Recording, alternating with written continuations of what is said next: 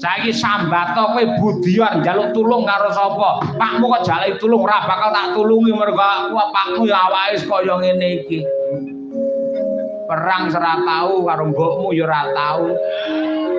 Wingi iki poso utuh ya blas ora nyapa-nyapa. Inggih. Kula tobat. Kula nyuwun pangapunten kula ndodho dumateng kalepatan kula.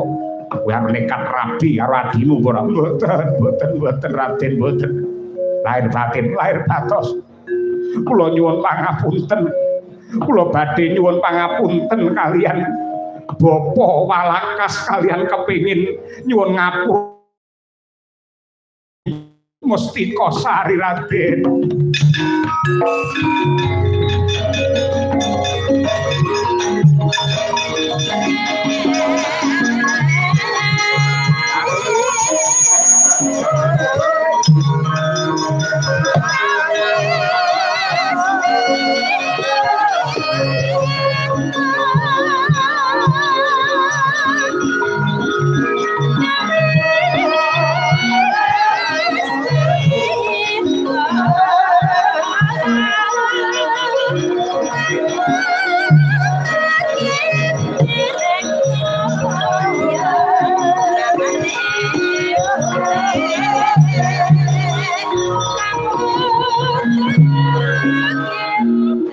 Raden Seta kula nyuwun pangapunten. Bapa Walakas kula nyuwun gungi samudra pangaksami.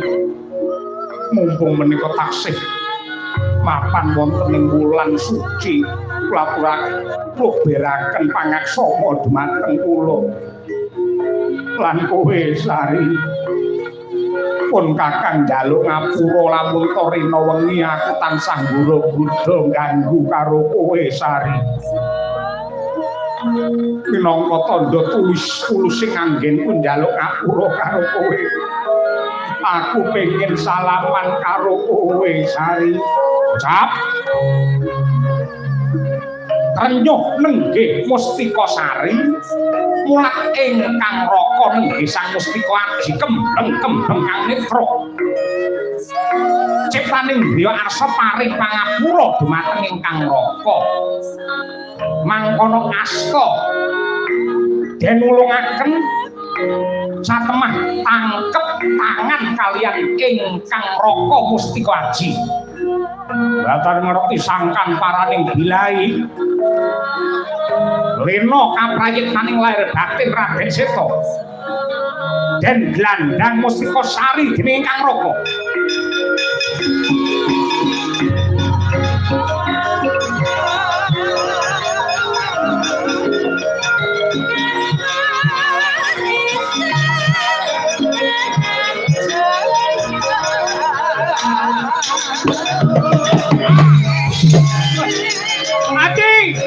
Wati Aji, kok kawangan diri anakku kok kawangan diri.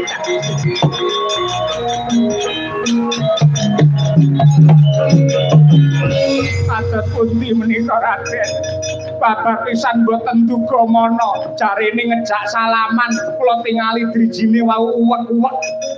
Sak sampunipun mengkate kok digelandang wani dipun beto kisah menika pripun anak kula pun Sari Raden Seta. Lungguh sing prayoga, aku sing tanggung jawab ngrampungi lelakon iki.